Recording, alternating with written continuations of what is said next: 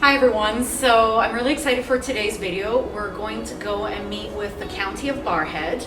We're going to talk a little bit about what it's like to live in the county, live in the country, and I'm particularly excited for this video because I'm considering moving into the county. So check out this video, and if you have any extra tips that you want to let us know about, then leave a comment on our Facebook page. My name is Jenny Bruns, and I'm the Planning and Development Department of the County of Barrhead. I think the biggest resource we have is probably our staff. We have our websites up and available for whoever wants to take a look at it. We try to put all of our data on there. However, sometimes it's not fun to search the web and try to find what you don't know you're looking for. So we always have staff available for that too.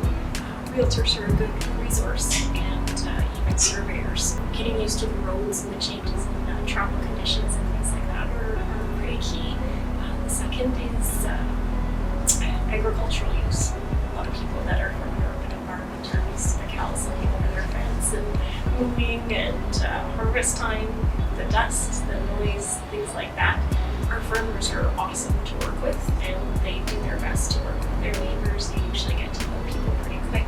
You think you don't have any neighbors because they might be a mile away, but they're right there. You still would be likely connected to your power and gas facilities, so if power goes out, the same as in town, if you don't have alternative heat source, you're kind of waiting for them to get things back up and running. Your wells are the same because they're needing power to get hot water out of the ground, so you're usually at the mercy of the grid, the same as you would be in the town. Getting used to having a grader flag available or having your own tractor, something that you can use to get out. County tries to clear those roads within 3 days, and our fleet is really good at that. 3 days is a long time if you need to get to the city, or if you have medical needs, or didn't need to get to your job. So it's important to plan ahead for that. As far as crime, theft, different things like that, the county and the town, in our partner with Woodlands County, we've done the Park Connect, so we can let people know as soon as possible if there's something shady going on in their neighborhood, and then the residents have the ability to report as well if they've seen something. So that's really ramped up our response efforts, and the RCMP have been really thankful for that. If you have medical emergencies, it's just good to know what's going to happen when, how far away before the ambulance can get to you, and really knowing what your rural address is. The county has invested in giving everybody that rural civic green address sign so that emergency crews can find you as soon as possible. So making sure that's in good order and good maintenance and people can find you is probably another good key. Pets we have in our residential areas where we have a higher density. You can't have your dogs at large. There's definitely the ability for people to have pets, and they just have to still keep them contained to their own property. So when you see the 2 or 3 dogs running through the field, that's not what's supposed to happen. However, our capacity is limited for enforcement, trying to get, a peace officer or something out for every dog that might have crossed the road to see what's going on the other side. So we restrict that to the high density residential areas. So yeah, we have some bylaws in place about not using them on other people's private property. Of course, is trespassing. You can use them on the county roads. You're not supposed to use them on the highways. So going from point A to point B, checking fields, things like that. Having the kids rip up and down the roads, not so good. There are rules in place about we have to be over the age of 14, we have to wear a helmet, those kind of things. And there's a lot of areas in the County of Barrhead that are set up for off-highway vehicle use. We have Backtraps Recreation Center, and they do a really mud bog every year, so you can go out and get dirty. We have Bump Motorsport Park, and they have miles and miles of trails again. And there's even lots of crown land opportunities. We have the Mika Sand Hills, and there's a whole area that's a new off-highway vehicle area. So if you're going to go to that side of the road, there's lots of neat sandy areas, hills you can rip up and down. And then those recreational uses are impacting the roads, not impacting the other people that are just trying to have a quiet Sunday afternoon at home. There's two different types of reserves. There's the municipal reserves, which the county can determine what kind of use that would be. We often take reserves at the point of subdivision just to offer buffers between land uses or between different areas, and also for green space and public space. We also use them as environmental buffers. So along the lakes, quite often you'll see a stretch of cabins, then a green space, then another stretch of cabins. And that's just to break up the density along the lakeshore and keep that riparian area healthy. Sometimes we actually take what's called an environmental reserve specifically rather than a municipal reserve. The environmental reserve protects that land and keeps it in its natural state forever. So you can't go in and cut trails and build beaches and different things like that. And we are currently working on a Parks and Open Spaces master plan that will inform land use as well. So if residents in a certain area find that they don't have lake access, maybe we can create a path for them and a little sitting area and still observe that riparian need. And big things to be mindful of, I guess, are the dust. If you're following too close, you're likely to get a rock in your windshield, those kind of things. We have farm equipment on the road at various times, harvest times, and when they're moving bales, moving cattle, and they're slow, so you have to kind of prepare ahead for that. So if you've got to be to work for 8 o'clock, give yourself that 5-minute buffer so you're not just pulling your hair out at the tractor that's going 10 kilometers an hour. So those kind of things are stuff to prepare for.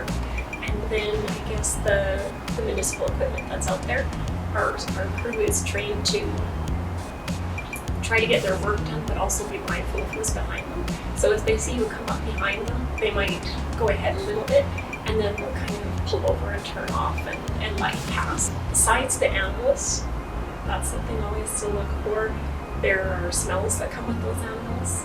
Under the Agricultural Operations Act, AOPA, they do have controls in place as to how to dispose of manure, when it has to be worked in, different things like that, but there are still odors that kind of come and go. Harvest is another key area where you might find your neighbor is up combining at 3 a.m, creating dust. There's big lights that come out, the tractors running on the side of the road or, on the approach waiting to pick up the product.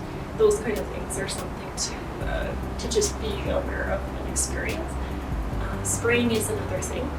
They're supposed to keep their spray on their own land, but they do get close to acreages, and their booms could be 60 feet wide that they're coming in and swinging around on. So if you have organic farm or if you're trying to keep bees, different things like that, it's just a good practice to speak with the agricultural operator next to you and just explain what you've got going on and just how they can work together.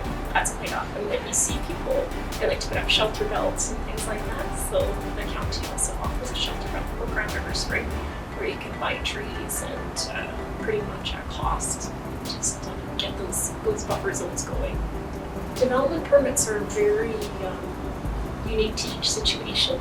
So we always permit residences. If you have over 20 acres, you may not have to permit your farm accessory building, but you do still have to meet the setbacks for that district. So we always recommend if you're going to build anything to call the county and just confirm what you need and what you don't need. We're not heavy on just permitting everything. That's not our revenue source. Our idea is just to have orderly land use. So that's why we're creating a permitting process is to make sure that you're in your spot and that land use works for you and works with your neighbors. We always offer variances on a case-by-case situation. Say if all of your services are right here and it's on the hill and it has to be a little closer, and that's the only spot to build, we'll work with you to get that perfect fit. So that's just a solid recommendation, just to call first and ask, and then we'll sort out the details together. So the town and the county, together we have the Barrhead Regional Landfill. There are some recycling facilities on hand, both for the town as well as the agricultural waste, so chemical dump pickups, things like that. We also operate transfer stations, kind of strategically located a little bit in each division. The town and the county operate the Barrhead Regional Water Commission together. So that's been a really positive partnership that we've come through together. And other things, we're contributing to recreation. We do community peace officer services that we contract from Lac-Saint-Anne County. I think number one would be understanding what you can do on your land, what's permitted use, what's discretionary, speaking with the municipal staff on what's available. getting to know the community and all of its services. It's just good to know the community in general, getting to know your neighbors and, you know, who's doing what where, so you know what to expect when it comes. Being prepared and setting up your yard so that it's safe and that it's available. There's lots of fire smart technology out there if you need to know that for your yard site, and getting just all of your services set up appropriately so that you're good to run. And just enjoying the country lifestyle, the views, all the fun stuff that comes with being in the country.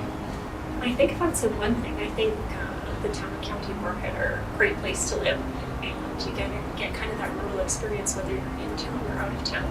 Out of town has definitely got its benefits of, you know, the quiet, you've got your space, you've got room for ATVs and RVs and all of those wonderful things, and just to be mindful of, you know, what you need to be prepared for, and, you know, just get ready to enjoy that